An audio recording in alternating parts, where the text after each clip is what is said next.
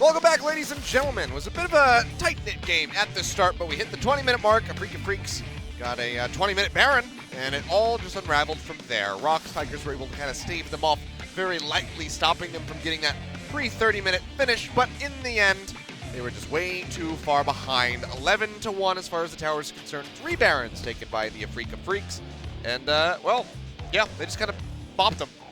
I mean, bop just one way to talk about it. It's too much of a stroll to me. It felt like Afreeca were just strolling, playing with their food. You always felt like they would eventually win, and they did. There wasn't really any resistance. It wasn't quite a white flag, but ROX Tigers draft, I think, let them down in this game. See who the MVP is. I think TusiN has a chance of actually reclaiming first spot solo possession, yeah, in the rankings, but it will be Kuro, who actually joins his teammate. 7-0-5, 100% kill participation. If the numbers are big enough, it's hard to argue with Kuro joining his teammate TusiN, Deft, and Peanut. That is certainly the class of players at first spot and looking to go back-to-back. First time that was ever done was by Smeb, his old teammate in 2016. I feel when Faker's only 1 win behind and he's in 5th place. But yeah, Kassadin, bit of a riskier pick, but able to work out and comes away from the one fight at the beginning with a triple kill and then just goes on to wreak havoc. If you watch a lot of his fights, though, a lot of his kills are secure, let's say, as he just kind of waits, and that is how you play Kassadin, but this was not the hard carry Kassadin performance you were looking for. He went a very tanky build just to be a backline threat, and then ended up getting a lot of kills, getting a lot of last hits. His damage dealt numbers were not massive, but he played his role. He did his thing. Hard to argue with the MVP. I personally went for TusiN. Zhonya's there was sick, though. Stopwatch, I should say. That was before the Zhonya was complete. And then eventually all the scaling meant there was nothing ROX Tigers could do. Yep, fearless performance there from Kuro. Just diving in relentlessly underneath turrets into enemy vision. Still just walking away there with his life at the end. So very well done by the Afreeca Freecs, and ROX Tigers are already talking about it, potentially going 0-4 here on the week. We'll see if they can turn things around for game number 2. The Fiora never really did anything. Fair, and that was kind of what we predicted from Champ Select. If they go 0-4, that would mean 0-4 SKT and 0-4 ROX when it comes to these final spots in the top 5. Suddenly KSV may be pushing as high as 4th and side selection in the wildcard match. So right now it seems to be struggles trying to close the race when it comes to playoff spots. No substitutions, we're straight over to game number 2. No more delays, just gonna go right back into it. So Mowgli earning himself yet another game here on Summoner's Rift. See what he is gonna be looking for this time out. Saw the Zac ban away from him in game 1, but if he can get his hands on it, game number 2, I think he'd be more than happy to take that up. For now, GP gonna be the first thing banned, however. See if ROX Tigers are willing to first pick Sion, because Afreeca Freecs will lock it in as a flex pick. They were able to do that on blue side. I believe they will return to it on red, so we'll see what ROX wants to do. Feels like Sion is a blue side ban or a blue side first pick. Otherwise, the headaches do roll. But now, though, just the Galio taken away. A lava special. Kuro, another big fan of it, so sadly, no Galio in this series. We saw no AD carries ban, surprisingly, in our first series, and we might see them looked over again. Gnar banned away. Just taking that one off the rip. ROX do not want to deal with that. Banned it on red, banned it on blue. And then the Olaf as well. Don't want that available as a first pick for SeongHwan. Sejuani priority, definitely going to be jumping up in the case of things like Skarner and the Olaf being taken away. And we didn't quite get Zac versus the Sejuani in the first series. Very real chance we'll see it in the second. Mowgli decided to go more aggressive, and while he was not a primary reason for the victory, he played well. I wonder if ROX Tigers are setting up what they're setting up for first pick. The Azir is a possibility when you see the Rise ban. The Taliyah to return to is possible, but I would like a more coherent draft around the Taliyah, as Taliyah was a bit of a passenger in our first game. And Taliyah's certainly served up to be a first pick here after the Azir ban as well. There's also some uncharacteristic Weaver's walls being thrown in there by lava. Didn't really deny or set up for objectives as much as we've seen from him in the past. But, well, you asked the question, and you got your answer. Yes, the Sion will be first picked by the ROX Tigers. Whether or not it's going to be a flex for them, not sure. but seems highly likely that it will be there for Lindarang in the top lane. Sejuani be Sedge for Mowgli. Sejuani Xayah is certainly something they can go for here, and they do lock in the Xayah. So we'll be returning to Xayah Rakan. ROX have already shown they like to play Kalista, and Sangyoon may be smiling on the screen, but I don't know about Kalista Rakan here as a takeaway. Haven't been impressed with Kalista on this patch. Has some things that make her situationally stronger, but she's so poor after the start that making the Kalista work is eluding. We will see it anyway, so it could just be Kalista Rakan here if ROX Tigers do want to contest Xayah Rakan. Well, given the amount of engages we saw from TusiN there. It's Thresh or Rakan here for Kiin, I believe. See what he decides on. Still thinking it over. Leona chance as well to follow the Rakan. Yeah, massive amount of lockdown, but seems like it's going to be the Thresh. They're going to go for the classic bot lane. And not going to be denying the Lovers duo away here from the side of the Afreeca Freecs. So you kind of wonder why Kalista, because everything was up. Everything. Varus was up, Caitlyn was up, Tristana was up. Kind of a weird priority unless they're really going to focus on early to mid game and ensuring that they can get a lead there. And judging on game one, it would take a pretty significant change in ideology. Sangyoon very clearly was pulling a fast one off, saying that he didn't think they would see any Kalista in the future because they're solo making sure that we see more and more Kalista. Trying to bring it out whenever he can. But into the second round of bans, Camille going to be the first thing off the board here by the Afreeca Freecs. We saw this on the blue side, so nothing changing yet. I'd like to see a Gnar ban come through from the side of ROX Tigers, because if I'm Afreeca, I draft the Gnar, see what happens, and then try to get a really good matchup for Kuro with the final pick. Kiin hasn't been prizing the counter pick in recent months compared to his times on Ever 8 winners, and that might be because that team had such lean fortunes rather than necessarily he being the one-note carry player that he appeared to be in that season. They're definitely leaving open their opinion that's going to be a mid lane Sion with these top lane bans. Yeah, Vladimir yet again, twice in a row, banning that one away, and then Shen will be the final. Interesting. So I think either Corki or the Gnar are the kind of picks I'm looking for here. The Gnar was the one I mentioned because lanes fine into Sion and gives Kuro the counter pick. The Corki, if you want to just pick a safe mid laner, that can always be fine, and they will give Kuro the final pick. So now action onto ROX, looking for jungle and a solo lane. Will we see a Volibear and the full mid-game comp? That'd be pretty hype. Good, haven't seen it yet. It's been very popular over in North America. Seems like it will be a top lane Sion. Do we see the Taliyah just being hovered? And no, they're going to keep their options open. It's going to be a big knockup party for sure, though, with the first 4 champions, all of them being able to launch people airborne. ROX want to finally decide on where this Sion is going. They seem like they're just judging it themselves as to what they want to do.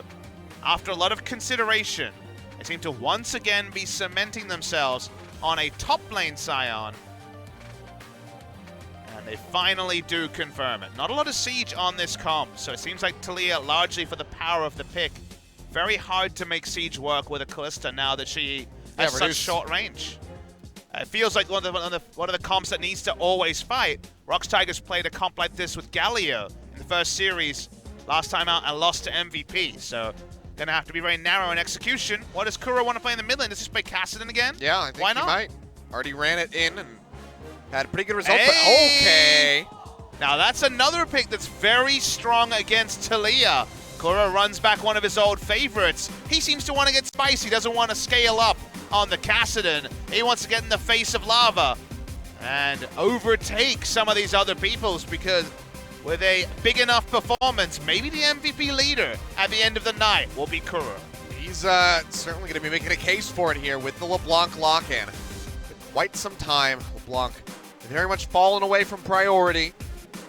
With this matchup, Kuro, he's feeling it. He can run the Kassadin. Expect that he can probably run just about everything else in his wheelhouse to success here against this Taliyah. It's a risky time to pick the LeBlanc in this particular case. LeBlanc will still be going for the traditional build. There's been no rework on patch 8.4, so Gunblade is expected. will find it very hard to puncture through a Sion in teamfights and in a side lane. And usually you go Gunblade, teleport, and side lane away on the LeBlanc. A trade farm perhaps, but not 100% sure there is the same reliability of the LeBlanc as in other games in this new Sion meta. But it still does mean a very hell of a laning phase to be navigated for Lava. Already rough times there. Again, uncharacteristic performance from him. With that, Taliyah has been nothing but clean up until that last game for the most part. So we'll see if he can get back on the horse, or if Kuro is going to go ahead and dismount him yet again. Now with the LeBlanc, already has the Kassadin win under the belt. Trying out something else. Another old one being brought to the forefront of the meta. As Kuro looks to take the sole possession of #1 spot here for our MVPs. Let's see if he can get it. Let's see if ROX can get themselves a win. Stop this losing streak that they're starting to go on as we jump onto the Rift for game number 2.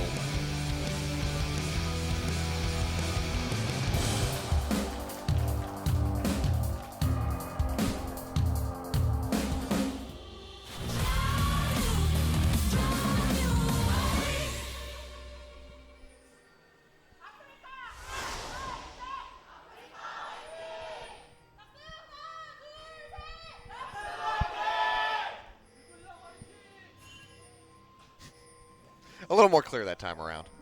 And like nice little end cheer that we had going on. Kuro's going to face check. TusiN's here with him. Take a bit of damage, and here's 4 members as the hook comes down. They get connection onto TusiN. He'll pop up too. As he tries to get out of there, Ignite ticking away. Heal comes down. He'll barely stay alive with 1 HP, just about left. One more hit would have finished him off, and ROX, they're chasing in. Ren being used. Aiming gonna die. Red volley comes through. Hill will fall. Kuro gets the chain down. Hook connects in. Mowgli falls, and oh boy, this is one hell of a way to start off the game. ROX Tigers have 2 kills. The Fiesta at level 1. Very weird to see the full-on face check. They could have disengaged at any moment. Welcome to the circus. I don't know if Kuro had already skilled, but he threw out a chain. You would have thought he could just W away if necessary, and they give up a lot making this play. A kill onto the Sion, a kill onto the Taliyah, and all of it avoidable, but for the Afreeca Freecs. Oh dear, oh dear. Well, ROX Tigers finding themselves with 3,500 gold already to start off the game. And every single person on the team got at least 1 assist. Now, not spent, but it does mean the first item purchases will Actually, be... I think everybody got 100% kill participation on that. They did, and everyone will have a very nice first back timing. They can take it much earlier or with a bigger bounty, thanks to the gold they've been able to pick up. So it's not felt in the laning phase. Looking at summoners, a lot of flashes are used. 4 out of 5, only the jungler on the side of ROX. The Afreeca bot lanes, they're done. They don't have any. And mid lane and top lane, the solo laners for Afreeca do have their summoners. And that means that the level 2 is certainly going to be respected. Kalista Thresh already very dominant when it comes to skirmishing, but the level lead is going to be a complete surrender for the lovers. Their love has been answered. It's been found wanting in this particular game. They found a better power couple. Zoned away. One day they'll pick up some CS. It's going to take a long time. Well, here we go. Finally starts pushing in, but they still have to be wary of these hooks coming down here from Kiin. So they'll just grab the minion for now. We're not going to get a replay of level 1 as far as I can tell. The reason why Afreeca opted into that trade is because it was a W start coming through from Aiming and TusiN. They looked for the deadly plumage to allow them to have an insane level 1 power spike, but they were so out of position. They were never able to. There's a huge advantage for the defending team on a face check like that, and this wasn't necessary. Seemed like the call from Kuro when they got the extra information was to go in and actually aggress, but... That's a good win rate. And that's why we get hyped about the LeBlanc from Kuro, but he's definitely going to have to warm up in this particular game. They've given the enemy team a start. Ultimate Hat and Transcendence, interestingly, are the choices in Sorcery. Oh and, boy. ROX Tigers are looking to pile on here. Yeah, looking for it's level 3, level 4 summoners. dive. No summoners other than Ignite, so... And they're not going to find it. TusiN and Aiming go ahead and they kite back, and now we'll be pushing into the turret to clear out the wave. TusiN goes in, gets the pop-up onto 1. They'll get the root on a Sangyoon. Ignite comes down. They're trying to finish him off, and they will. TusiN finds the killing blow. Great turnaround from these guys who are just about to get dove on. And TusiN is such a monster. Could have picked up the MVP in game 1, but they just turn onto Sangyoon. Let's kill him where he stands. That was unbelievable given how the lane was going. They were just zoned off a minion wave by the enemy jungler into it, that the jungler was gone. They didn't even have vision of the Jarvan and kill him where he stands. Big mistake in the laning phase by previously their most robust laner, and now Kiin going to be pushed out of lane as well. Yeah, working him low, forcing him back behind the turret as they go ahead, clear out this wave. Still going to be down a bit in CS is aiming. But now with the assist under his belt, it's going to be clawing it back a little bit. We'll take another look at this. Kalista has heal, remember, through all of this. Walks up for an auto onto the turret, which never would have led to anything. Full rotation comes through. The only summoner up, the Ignite, and he's dead. No value from the W there. Wow. That was just completely atypical of what we usually get from Sangyoon. We said the rest of the team had grown up around the reliable bot lane. Now the reliable bot lane stops there being just the overwhelming lead for ROX Tigers in the early game. Suddenly, it's only 400 gold, and suddenly there's going to be a summoner lead on Afreeca coming a little bit more time. Yep, have shrunk that one down to about 500 so far here. So really good stuff there by TusiN. Get them back into this game here for the moment. We're being glass half full, because that's how classes should be, but it was pretty shocking by Sangyoon. Oh yeah, it was really bad. Yeah. It's QMax coming through from the LeBlanc. Don't see that very often. But back to QMax here. Going for the sigil. Just going for lane control in the early game. I guess W gets yourself into a lot of trouble against a Taliyah because you W forward and you get one rotation of damage. The Corrupting Potion will need to be used. Must admit, I've never been a big LeBlanc player because she's intimidatingly scary when it comes to mechanics, so I just avoid that and play something with less skill shots. That's why you know, are a Sion player. Yeah. Your skill shot is your ult and you just run down a lane. I hit it half the time, okay? 50%. And by hit it, I mean my own Not turret bad. as I get back to it. Or the wall that you're trying to drift around. Not all of us can steer like Khan. No. But mid lane control will be there just because of the matchup. Early game, it's a kind of a snowball, no magic mantle in many ways, which is a bit of a frustrating point for Kuro, as first items are circumvented. Lava walks up. We'll wait and see if this is actually going to be the Ludens this time, because there is no first item tier. Sion ultimate, just going back. Anticlimactic as always. Yep.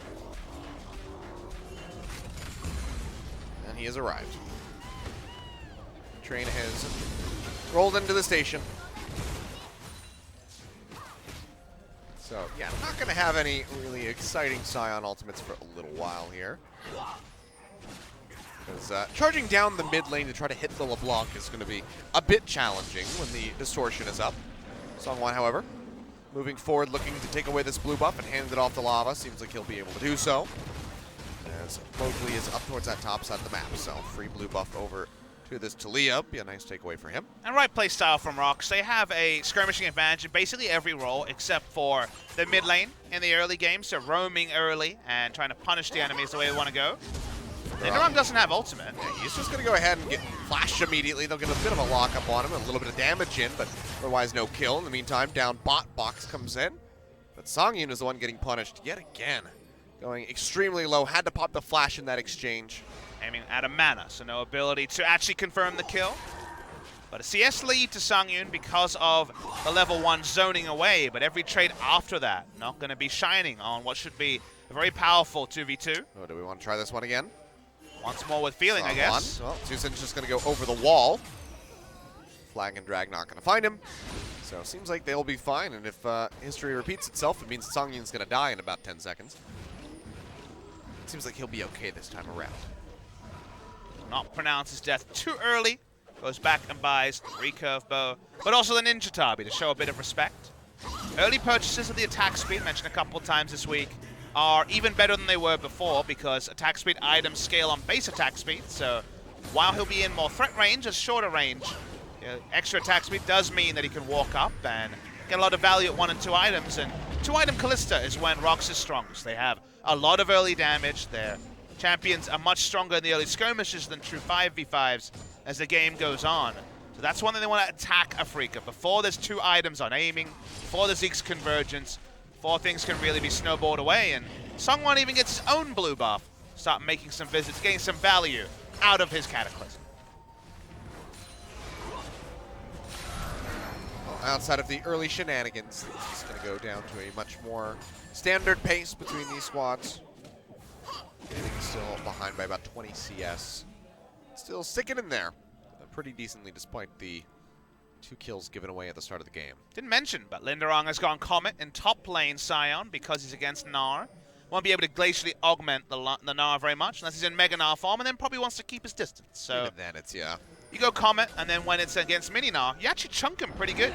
You forget that he's basically a ranged AD carry, a bit of a Teemo-style champion when he's in the Mini Gnar form. ROX turn on, they try to increase the pace of the game necessary with a draft like they have. No Gunblade yet on the LeBlanc, so no real threat, and thus they turn on. They would have loved and prized an Ocean, don't get one. Look to turn on to TusiN. Face call going to come through, hook not going to land though. It was a nice play to deny the dash away. Just can't quite follow up for the kill, but Ocean. Cloud Drake does come through. On a patch 8.5 Cloud, the in-combat Cloud. Yeah, still going to be out of combat, so not going to be the most desirable pickup for these guys. Kuro's just going to be nearly clearing out the wave. Casually sidesteps the seismic shove, goes back in, maybe looking for a play here on the Lava. Lockdown comes through, nice cleanse from Lava. Does take himself back out, but Mowgli just needs one more hit, and the red buff will help burn him down. Now he's stuck in the Cataclysm, but SeongHwan goes forward, looks for it. Kuro dashes back in, and maybe SeongHwan's going to get punished for this one. Couple more hits there with the Sigil flash in. Shield comes down from the W, but Kuro gets it in the end. And that's going to be double buffs onto LeBlanc. Kuro's hungry for the double buffs and the double MVP. He's really popping off in this game. Outplay among outplay is Lava. Played with his food for too long. SeongHwan was just too far away by the time he came involved. His ultimate in vain. And speaking of ultimates, gets a pop-up TP coming in from the side. Key throws down the box, throws out the hook, but it doesn't matter. TusiN will take that last turret shot, but without the Ren going through, he will be fine. And just like that, Afreeca, they're in the driver's seat of this game. They are dictating the pace, and they're looking to take first break and bot. But plays like the level we're seeing makes it feel like they're playing with their food a little bit after giving away 2 kills in the early game, a bit of making the game harder to really get any feeling, to get the pulse racing. This was a sick play from Kuro. Most people do not go back in. He snaps back at the right point. A red buff would have killed the mid laner there, so I'm not sure why SeongHwan used his ult. Outplays the flash, and the EQ doesn't go through because of the ordering. The Dragon Strike also, I believe, just missed. It did. And that's why right out of range. Kuro walks up. Remember, it's Q-Max, so more damage going to be coming through from the LeBlanc. She profits with double buffs, and the mid laner now is going to be, certainly going to be unhappy. He's dead again. He's just going to go ahead and face check, much like Kuro did at the start of the game. Take a little bit of damage there onto Mowgli, but otherwise he gets punished, and Mowgli finds himself his 2nd kill. Lava has really performed against a lot of our better mid laners, but he's getting schooled by Kuro. He's saying, go back and find a way to get up to my level. Kuro is really flexing in a way that is a pleasure to watch. He looked way better on Afreeca Freecs when it came to being a true carry in 2017. In 2018, after already winning the regular season MVP, joint with BDD in summer season, he's gotten to another level, even higher than before. I mean, he really is kind of an individual at this point. It sounds harsh to say, but on ROX Tigers in 2016, he was kind of just the... Well, okay, I won't use that phrasing. That would sound bad. He was kind of just like a secondary performer for that squad. So then, of course, you judge by what you see on the Rift, and you say, well, of course, he's just a role player. His role on Afreeca Freecs changed to being carry, and he shows that he was playing a role. Speaking of roles... Oh, it's got a face call coming through. They toss him in. Weaver's Wall comes in. It's going to be shorted, so can't cut them off, but they have the lockdown, and they will be able to kill aiming. Cataclysm comes through. TusiN looking to go back in with the quickness, but he's just going to get popped by Sangyoon there with the Ren. And Afreeca Freecs do get punished in the end, 4-5, as ROX Tigers keep things nice and tight-knit. I keep it bloody as well. We're seeing a lot of kills in this game. That was a great roam timing by ROX. They were able to collapse in the bot side. Top lane has been an island in this game outside of the kill involvement for Lindarang at the level 1. And first turret of the game, against the run of play, goes to the side of ROX Tigers. They're kind of seesawing back and forth here. They will take that as the gold falls within 200 on both of these squads. So still insanely close, could turn either way. Already seen that Afreeca have been making some good plays despite being at a disadvantage. And you start grouping here, ROX Tigers, because that's one of the ways you can trivialize the power of the LeBlanc. If her only target is the Sion in the front line, he will not have the ability to get any assassinations. Speaking of assassinations, let's get the connection there on the SeongHwan, not who they wanted. They wanted to try to get Lava while that cleanse was still down, but can't quite get it. J4 just gonna take that one to the face. if Kuro is able to play a 1v1 against anyone other than Sion, even Sion going full armor and not having a lot of health, he is going to win it. You really want to group if you're the side of ROX. We don't need Take to see advantage this. of your comp as he gets hit. That's so awesome. He got interrupted by the Mimic there. That's another next level play by Kuro. That's amazing. Holy crap. Oh, Kuro's great. Kuro's great. He's really great. That was sick play by Kuro. Purposefully interrupting the ultimate and stopping him getting back to lane. Great to see. He wasn't even that far away, but I feel like that still must have tilted Lindarang a little bit. Definitely. So, he gets the wave moving, not as quickly as he would like, so not going to be denying as much CS away from Kiin. Finally, we know the counter pick to Sion. It's It's LeBlanc. LeBlanc. Not There until you the go. pre-rework. Yeah. Kuro is just so far ahead of everybody else. I mean, he's definitely playing the four-dimensional chess today. But it may be in vain. Again, there is a way for ROX to play around the 5v5 early to slow down the onslaught of the LeBlanc. And they're controlling vision really well on the bot side. As we don't need to watch this lane, it's boring. It's look at the way he hopped. Look at their identical bone plating second wind that we don't even know for sure, but definitely is there. We have to check out, you know, the leaf got buffed on the Gnar. We have to see, you know, maybe the damage is high enough to actually have a kill threat on the Sion. He actually feels good about the fact that he had the level 1 sweeper, because he could range check the brush, that if he had walked up with the secondary, a level 9 sweeper, would have definitely got him in trouble. Here, Afreeca walking up. They don't want to give up a free Drake this time. But if it turns into a true 5v5, we've already said a couple of times we like what Afreeca can do. Reaper's wall coming in, Mowgli stuck on the other side. Fox comes in, Bates Call gonna try to drag him out.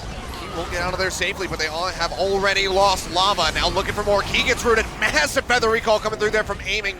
Helps take him down as Kiin finds the kill. Pushes Sion into the wall. Lindarang is not tanking enough yet.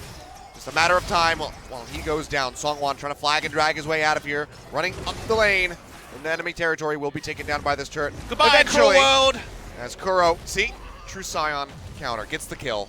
And Finishes SeongHwan him off. did his best to do an Untara, but unfortunately, he'd taken damage from Gnar too recently. He dies as well. This is what we call a better team outclassing another team here because Afreeca Freecs walk up. Super aggressive with Lava as well. But this is when ROX are at their strongest. This is when they should be fighting. They just get outfought by all the mobility. Kuro able to get Lava down first in the fight. Meant there was no value from Taliyah.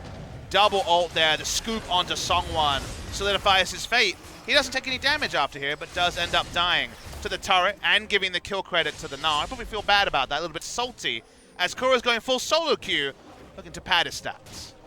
Yep, does have that Gunblade completed. Lost Chapter going to follow up off the backside of that. Sangyoon just trying to get as much attack speed as he can. 3 daggers in the inventory here. It's amazing how good Afreeca Freecs have been. This season in general, we couldn't have known that they would lose their primary shot caller. Ignoring the level 1, of course. No, I'm talking about the season in general, but losing their primary shot caller, and previously Spirit was the one who stepped up for shot calling. I wonder who it is in this particular game. I know Kuro will definitely have a big voice because he's going to initiate with damage. Maybe Kuro and TusiN? You'd have to think that TusiN would be a big voice as well, but with Spirit gone, they're able to keep up some very tight play. Oh. Nice turn on the mid lane, trying to take a turret. Yeah, we'll be able to knock this one down. Collapse not fast enough here from the Afreeca Freecs. So Kuro will lose out onto that. And ROX Tigers hovering around this north side of the map. Maybe Rift Herald, something that they're going to look for. No, actually, it's going to be the Xayah aiming. Goes up with the Feather Storm, but now the Weaver's Wall's there. He'll flash over to the side. Seismic Shove immediately catches him on the other side. He'll go down, but at the same time, Sangyoon has been finished off by Mowgli. ROX Tigers going back in. Cataclysm lockdown 2. TusiN dashes away out. And he is just going to lock him in. Another knock-up comes in, but the hook comes through, and TusiN will get punished in the end. A couple bits of shield coming down will delay his fate, but inevitable in the end. Key will pick up that kill. Almost kill a minute, but remember through all of this, Kiin couldn't join and is just trying to take turrets in the bot side to answer, so outnumbering. Very nice ultimate by Lindarang, understanding that they could trap Aiming, who used his flash through all of this and will be down that summoner in the next fight. Kuro didn't have enough consistent damage to get any kills at the start, but uses the Mimic. He's wrapping around the back. He knows that SeongHwan is dangerously low. Dashes in the play, comes down. Shield comes in from the W, but SeongHwan's still gonna die as Mowgli finds the kill. Just too risky to stick around and try to finish off Kiin. However, no minion wave. They will kite back. Might be illusions of his own coming through from the LeBlanc here, going to a very old build. And bringing that one back. Second item, Power Spike, but so much value loaded into the Lost Chapter. We're going to see the replay. Able to catch Sangyoon through all of it. He's locked up. He's taken out, so it was an AD carry for AD carry trade at the start that we missed on screen. After that, short on damage for Kuro, who's been razor sharp on his chains in this game, and hitting that chain has proven a lot of the benefit here. We will not be seeing this iteration of LeBlanc for much longer, so every time we see it, it could be the last, and that is a shame for the mastery level we're seeing from Kuro. Looking to go 21-3 with a victory here in his career on LeBlanc. And add to that already very significant win rate that he has accrued for himself. Afreeca, though, despite losing out on aiming, and TusiN will be able to maintain this lead here for the moment. 2.7 thousand, 2.6 thousand gold here for the time being. Baron's up. He was dead this time around in the game one, but not to be here. And while we've been, in the midst of a very action-packed game, remember how we analyzed the comps at the start. We said that ROX were front-loaded in their power. We've already seen Kalista peter out very early in games recently. The front-loaded start kind of ends around 30 minutes, ends around the Zeke's convergence and the Infinity Edge being complete from aiming, and those items are starting to inch in. The LeBlanc is allowing them to fight, even when the enemy team is at its strongest. There's 2 items on Kiin. The Sejuani is close to a Warmogs. Pitch here onto Lindarang. Dash away from Kuro, avoiding that slam. Lindarang will flash. Hyper almost takes him down, but it's not quite enough. Ultimate was interrupted, I believe, by Kuro, just with his face. Yeah, I think they might have just jumped to the other side to stop that charge. Pretty hard to get away if LeBlanc gets into melee range. Oh, you can just opt into it, and the damage on the instant cast is very, very low. Gnar returns to bot side. Plus Kiin, no real stun duration either. He's done basically nothing this game, but still is 2-0-1 and a 60 CS lead over the Sion. So the Gnar blind pick, not knowing the role of the Sion, has worked out for the side of Afreeca. Now just going to start pressuring the spots here too. But with the transformation, doesn't want to be pushing into melee range, so we'll go ahead and just get some vision down in that side of the jungle. Valdrake still standing, no one bothering to really go for it ever since that Baron has joined us here on the Rift. Now Afreeca are playing very far forward in the jungle of the ROX Tigers. I have a lot of respect if the LeBlanc is around. Here we go. Who's pinching who, Achilles? 4v3, TP now coming in to try to equalize this. Lindarang will arrive, doesn't have the ulti yet. Kuro dashes to the side, aiming. Wanna's Lonesome has to go up. TusiN goes in, gets a double knock up in the back line. Now TP coming through, but aiming has been popped as Llama finds the first kill. SeongHwan going low, Kuro goes in, gets the chain, but it's not enough to finish him off, and now he gets popped up, has to flash away, barely evades the hook. Afreeca try to make the play, but they lose their ADC for it. They just don't have the ability to rotate with Kiin, whose teleport was down, so they couldn't fight 5v5, and like you say, aiming's been popped a couple of times at the start of a fight. This time it will finally lead to a turret to be picked up, and matching the outer turrets going down. Till we continue our pace, almost kill a minute, 18 in 23. Gold lead is slight for the Afreeca Freecs. They need to find a way to actually force a fight on more even terms. They're trying to assassinate Kuro. Looking for it, seismic shove will catch him as he tries to dash away into the hook.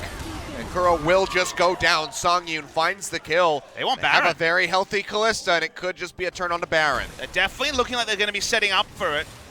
Right now, Sejuani is alive. They don't start it instantly, and teleport is up on the LeBlanc. They're starting it up. This for days. And Kiin just got exhausted, so he's not going to have the transformation for the Mega Gnar. Weaver's Wall comes in. Mowgli and aiming both cut off. Those Ren stacks are starting to build up. Key is the one getting chunked down to about half HP, though, as he tanks this up here with the Thresh. Kiin jumps in, looking for lava on the backside of the fight, but he takes a lantern into the pit to try to stay alive. Now they're moving forward. Baron going low. Ren could just come through at any time. They're trying to take Sejuani, but he actually steals it away. Mowgli, are you kidding me? Against the smite, against the Ren, manages to find it. Now Kiin finds the kill, finds a double. They get another one for aiming as he finishes off Key. And ROX Tigers, it was their one hope. It was surefire, but that man on your screen throws it out the window. Massive steal comes through from Afreeca. Now they're going to roll through the mid. They're going to break the base first. How could it happen? We couldn't see when the Rend was used. 500 health for the smite. The Rend calculation off or not used at all. We'll wait for the replay. Maybe he was CC'd at the exact perfect time. But Afreeca Freecs steal one away from the side of ROX Tigers. It all just crumbles. Sand going through the hands just of the ROX Tigers. Everything disintegrating in front of their very eyes. The Baron, a great call after getting the call, the pick there onto LeBlanc. Let's watch the replay and inspect the Rend. So still putting in the spears, makes sense. The ult had gone away. When is the Rend used by Sangyoon? 2800, 2100, 1700, 1500. Watching the number here. He just never use it. He just never used it. I couldn't tell if he was CC'd, but yeah, it just looks like a mistake, honestly. It got too low. Yeah. It should never be at 500 against the Kalista. So many Ren stacks in there. Bizarre. Bizarre is all we can say about that one. Maybe it can be scrutinized by someone else, but to our eyes, it seems like just a straight-up mistake from Sangyoon. They're going to put faith in the Rend, which every team should at competitive level. Did not work out. Oh dear, oh dear. Well, suddenly, we're even closer to a kill a minute, 16-8. And the Bannon's here out of nowhere. Picked up Banner of Command instead of going for the Zeke's Convergence because, well, maybe he anticipated this happening. Well, you named the last one Shelly, so we'll name this one Herald. Bit on point. Herald's the superior name anyway.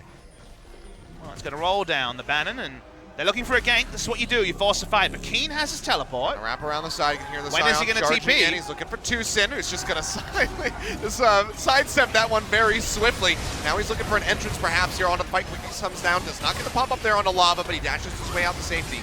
His call has to be used to keep Keys alive. Kiin is still pretty low on the Gnar. Gets the hook there onto Kiin, but can't finish him off. He's got the Guardian Angel as well.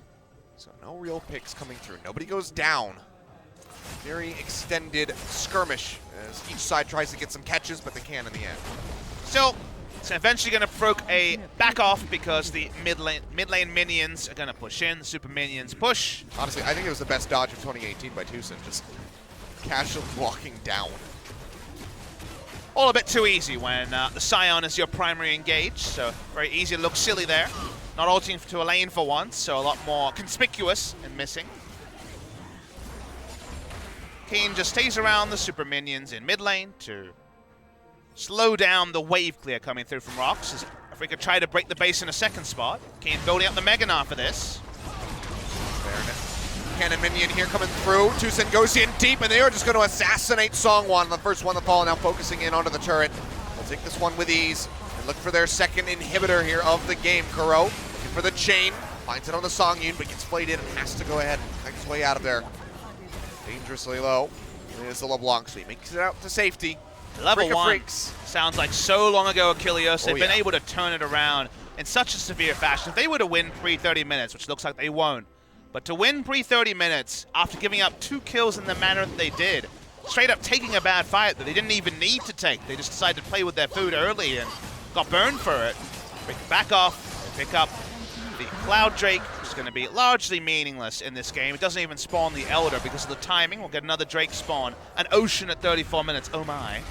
But they'll back off. Beautiful. They'll have their items ready to go. Now the Zeke's Convergence there along with the banner that was already purchased by TusiN, and now the damage is too much to bear.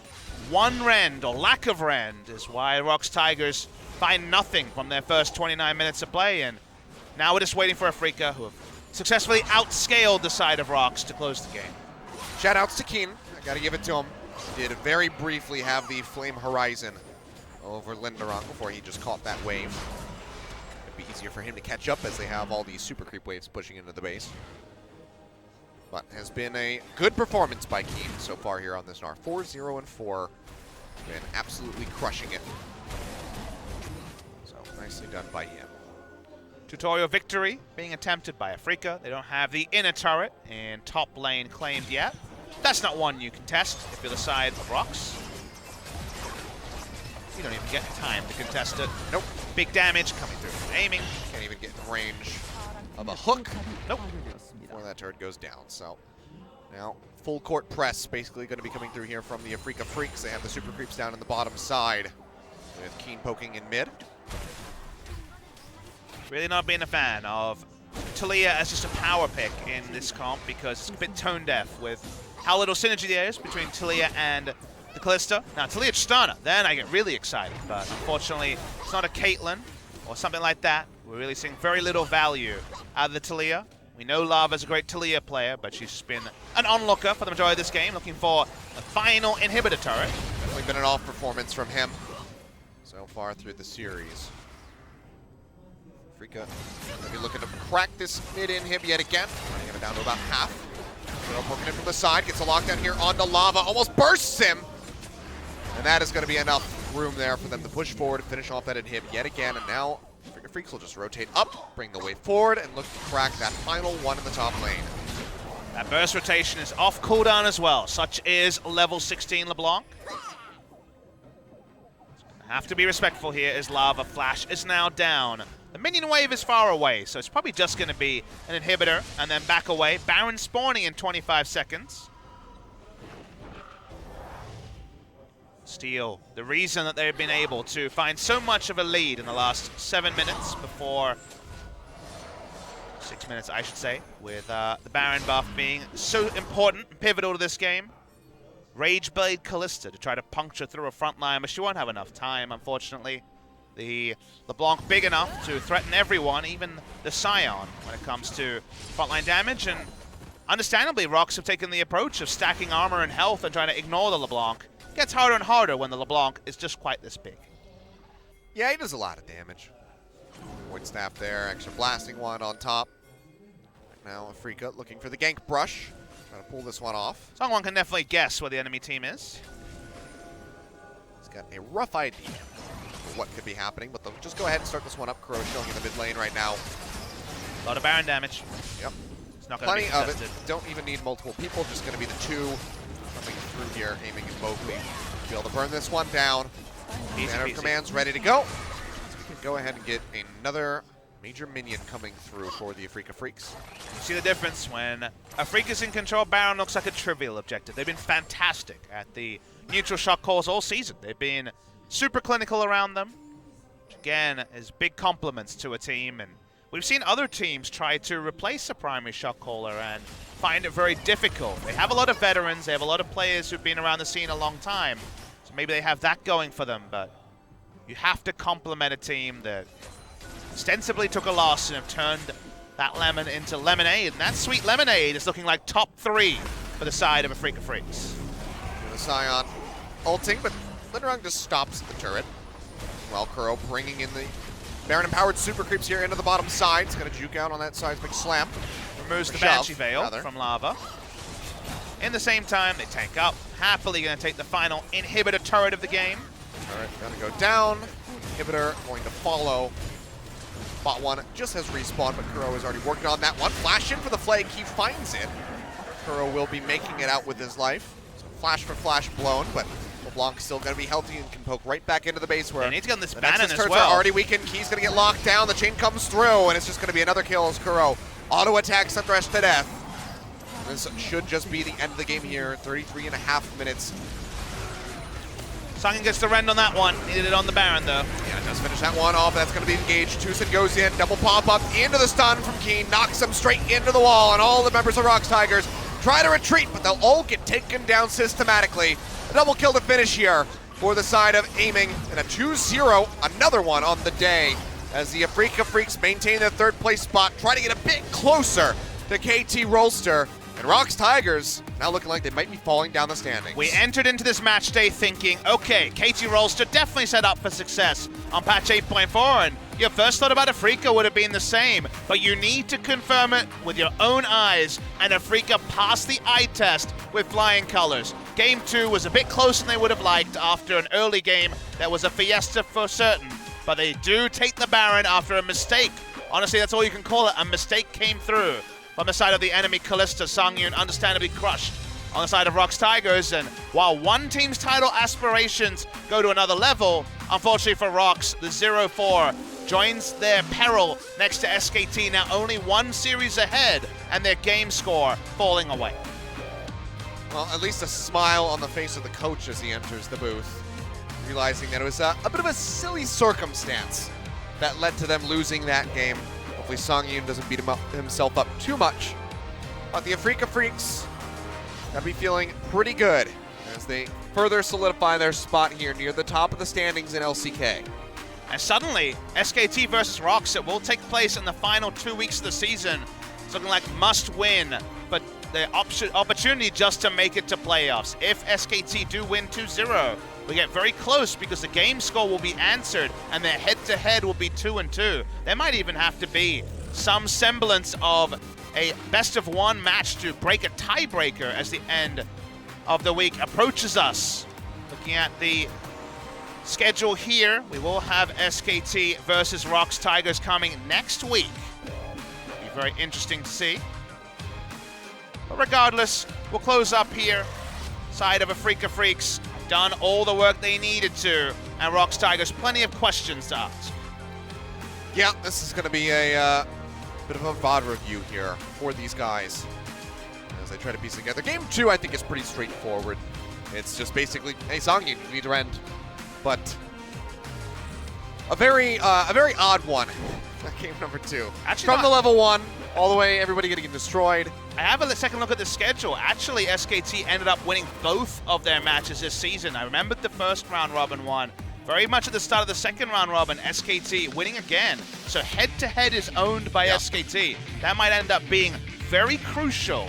Okay, we can give you a pass on that. You pass all the games, but sometimes they all just kind of blur together, you know? They definitely do. This one, though, this one is going to be unforgettable from the level 1, and also virtuoso performance by Kuro on the LeBlanc. Very, very nice stuff there. As Afreeca Freecs go from strength to strength, they are a match behind KT, who is a match behind Kingzone. I'm ready to start seeing those teams mix it up again, Achilleos, because apparently those are the ones to really stand and be counted at the business end of the season. Yeah, those matches, the ones that we have to be looking forward to. And again, just a week from today will be Kingzone versus KT Rolster, our first place versus second place, unless anything changes in the time between now and then. But yeah, your MVP. First it's place, gonna be baby. First place, 800 points for Kuro. TusiN unable to pick any up, even though he did a hell of a performance on the Rakan both games. But Kuro is the one who takes sole possession of first place, forces that three-way tie for second, as he will just go ahead and top the charts. Another great performance from an older champion.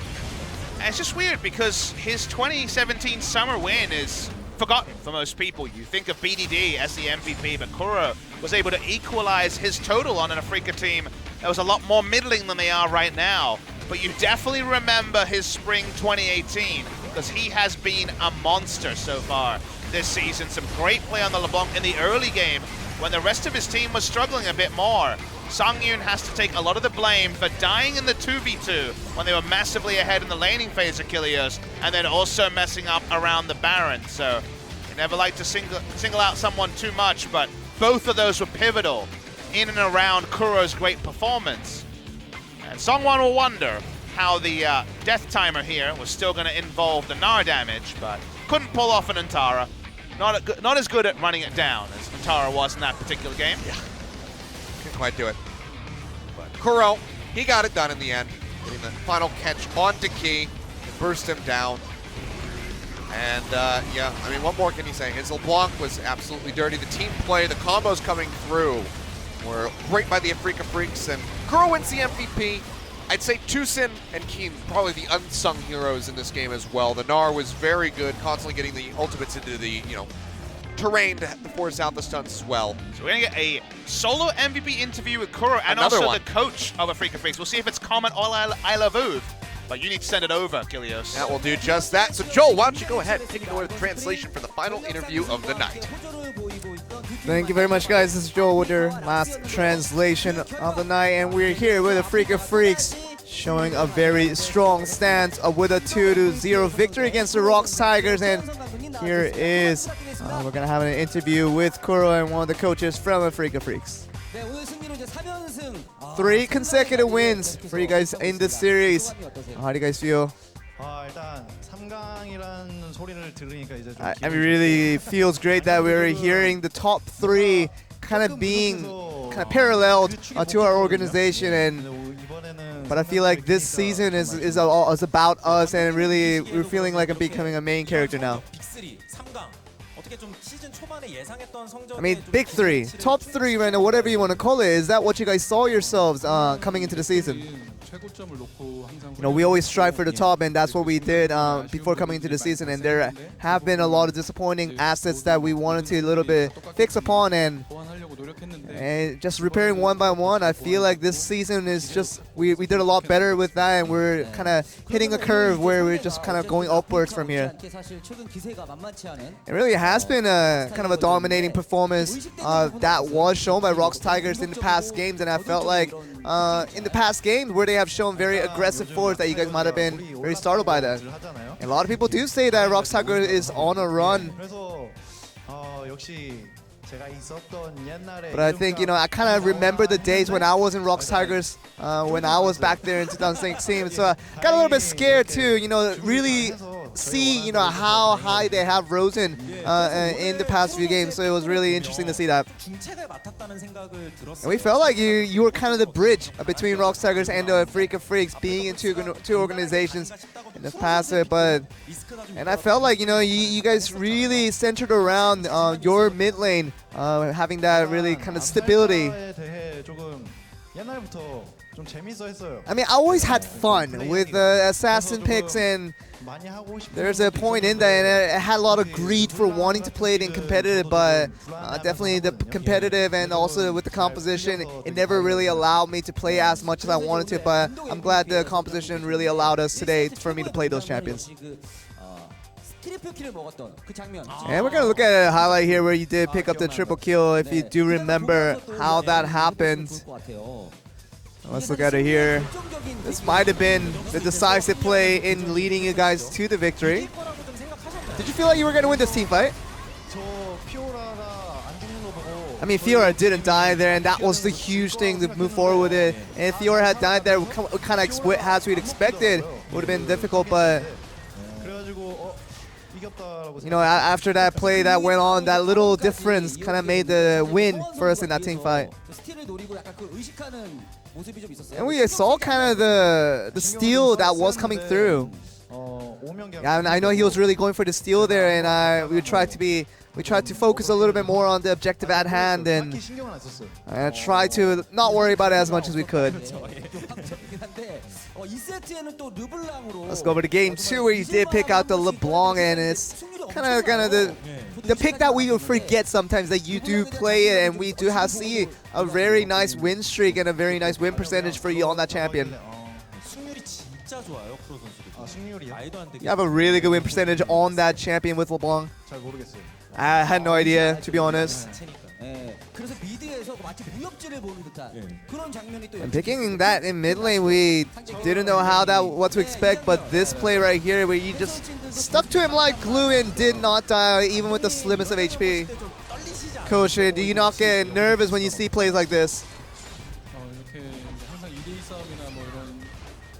Whenever you're in a 2v2 situation, you have to be very concise in how you make the minuscule controls count, and it's something that really a proud moment as a coach for players like Kuro. And a lot of people do say that, you know, Kuro, you're a very hard-working player, but any other characters you like to add on as a coach for Kuro? The Kuro is very consistent, and he doesn't really have too much ups and downs, which makes him very viable as a professional. And he really knows how to take care of his teammate, and that really adds to the entire morale of the team. That really raises the entire condition of an organization, and that is a huge asset. And when you move forward with a team that wants to stay positive and wants to do well. And he's just basically saying that he would fit very well, meld in with any organization. That's kind of the best compliment you can give to a player. But we get to see some of the plays that have happened in Game 2 overall, but you guys gave up a kill or two, starting off the game here, and this is where it began here. And you kind of started this off to unfortunately be said. I was trying to look backwards and try to put up a fight a little bit, but yeah, you're right. It was really a bad way to start the game off, but I knew that right after this happened, we actually saw solo kill happening. All these nice things that really allowed us to come back into the game. So, but yeah, definitely it was not the best start to the game. And let's talk about today's games, but ever since last weekend, you guys are really just at the top of the LCK tables. But as the coach, what is the kind of the biggest point in getting your team kind of to the top of the position at the moment?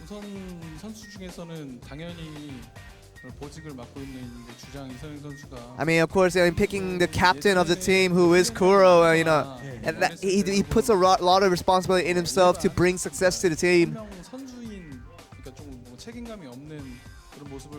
But we've seen players in the past where they have not shown that same amount of responsibility that Kuro has been showing it recently, and when you just have that kind of upfront ability and really a positive attitude about leading a team to victory,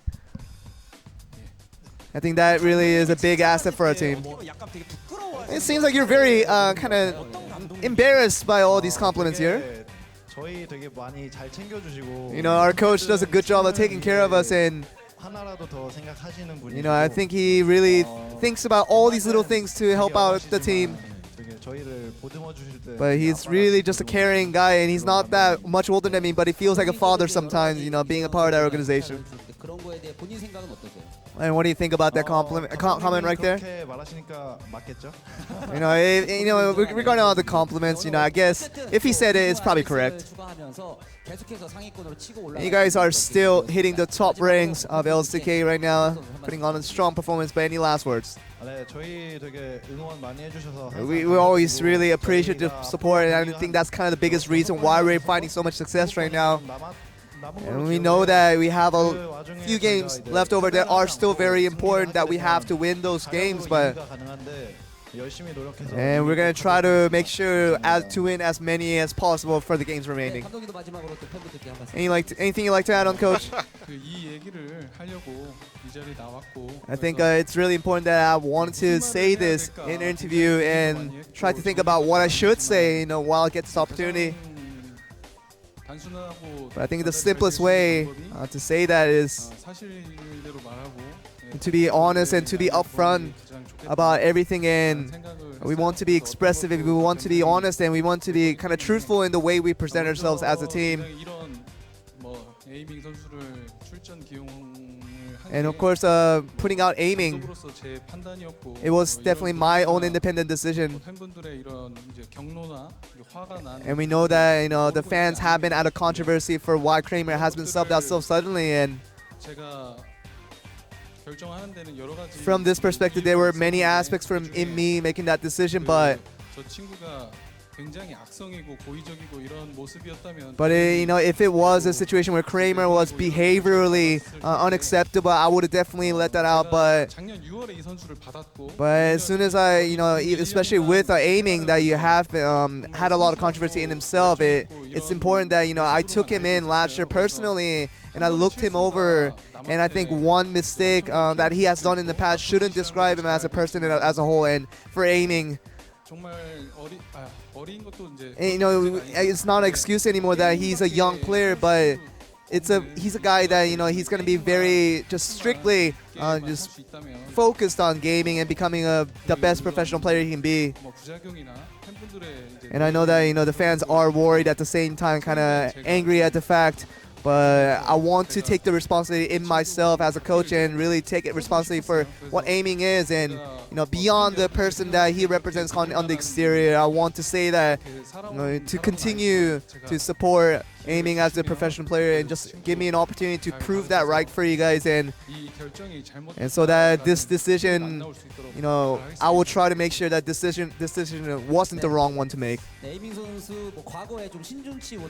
Of course, it was about aiming's controversy with his behavioral action that had happened in the past, but the coach is basically saying that he wants to take full responsibility in the decision that he wholly made to make the betterment of Afreeca Freecs organization. But that will be the conclusion of tonight's interviews, and we did end up with the Afreeca Freecs winning out 2-0, and a very nice game for them, and we're going to head it back to you guys for the rest of the interview. I imagine that might have been a little confusing. Thank you, Joel, by the way. But yeah, TLDR, aiming did something wrong. Kramer's not subbed out because he did anything wrong. The coach just wanted to give aiming a chance and have him redeem himself. And just so you guys know, that was their head coach, I Love Uv, one of the most famous StarCraft Brood War pro gamers of all time. You guys have seen FLICKR in the famous Bonjour chair. I Love Uv was a Bonjour himself. One of the few others. One of the few great players in the history of Brood War. So a true legend. We sometimes have the strategic coaches, that is their head coach, largely going to be about that mentorship. So saying he was the one that put up his hand to be counted on for why aiming first came into the lineup and while he'll continue to be. And honestly, you have to think he will continue to be. Afreeca Freecs are right up there. We have 3 power teams and then also teams just aspiring to be as good as Kingzone Dragon X, KT Rolster, and Afreeca Freecs. Yeah, well, Afreeca going to maintain that 3rd place spot. Very well settled in there. And coming up on Saturday, we're going to have a battle for 6th place as MVP and Gnar square off. And given MVP's newfound form, they have been dominating and looking so very clean in the metagame and in the Baron plays from these guys. It's been a night and day transition from them. I expect to have them have the upper hand against Gnar, but then we got KT Rolster versus KSV. These are both 6 series because Gnar versus MVP is almost staving off relegation with moving to 6 match wins for one of them. The second match, KSV won this week, looked better on 8.4. KT seemed to be one of our strongest teams. That's going to be title implications at the top. The other thing is MVP, if they can get that win, if they can get it cleanly, there honestly is that chance that they could make their way into the playoffs. It's not done yet. They could make it happen, but we'll find out more on Saturday when we come back for more LCK action. Till then, please have a good night. We'll see you this weekend.